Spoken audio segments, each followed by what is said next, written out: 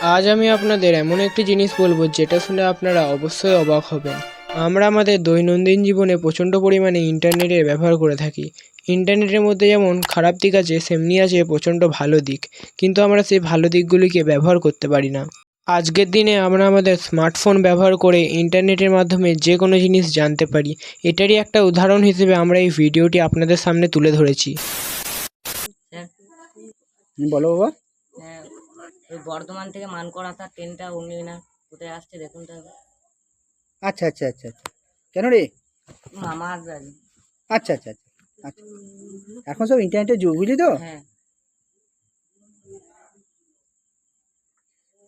আচ্ছা, তোর মান করে 8টা 2।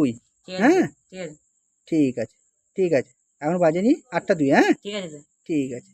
ইন্টারনেটে এই একটা সুবিধা রে, তাড়াতাড়ি জানতে পারলি বাবা। ঠিক আছে স্যার, এখন রাশিয়ার জনসংখ্যা কত? রাশিয়ার জনসংখ্যা হ্যাঁ। অত তো মনে নেই বাবা। এখন নেটের ব্যাপার, বুঝলি তো, নেটে দেখে নিতে হবে। দাঁড়া, গুগলে সার্চ করে নিচ্ছি।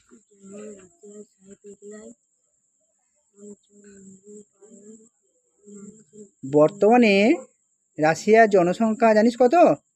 এই মুহূর্তে 144,707,358। বুঝতে পারছিস তো? যাক বাবা, এ ভালো হয়েছে, এ নেট থাকার সুবিধা দেখ, এই কত তাড়াতাড়ি জানতে পেরে গেলি বলতো। তো প্রথম ভিডিওতে আমরা দেখলাম যে একটি ছেলে তার মামা কখন ফিরবে সেটি ইন্টারনেটের মাধ্যমে দেখার চেষ্টা করছে। দ্বিতীয় ভিডিওটিতে আমরা রাশিয়ার মধ্যে কত জনসংখ্যা রয়েছে সেটি খুব সহজেই দেখতে পেলাম। ইন্টারনেটের মধ্যে ভালো খারাপ দুই দিকই আছে, আমাদের ওপর নির্ভর করে যে আমরা কিভাবে সেটি ব্যবহার করব। আজকের জন্য ব্যাস এইটুকুনি। আপনারা চ্যানেলটিকে অবশ্যই সাবস্ক্রাইব করে দেবেন যাতে আপনারা এরকমই ভিডিও প্রতিবার দেখতে পান।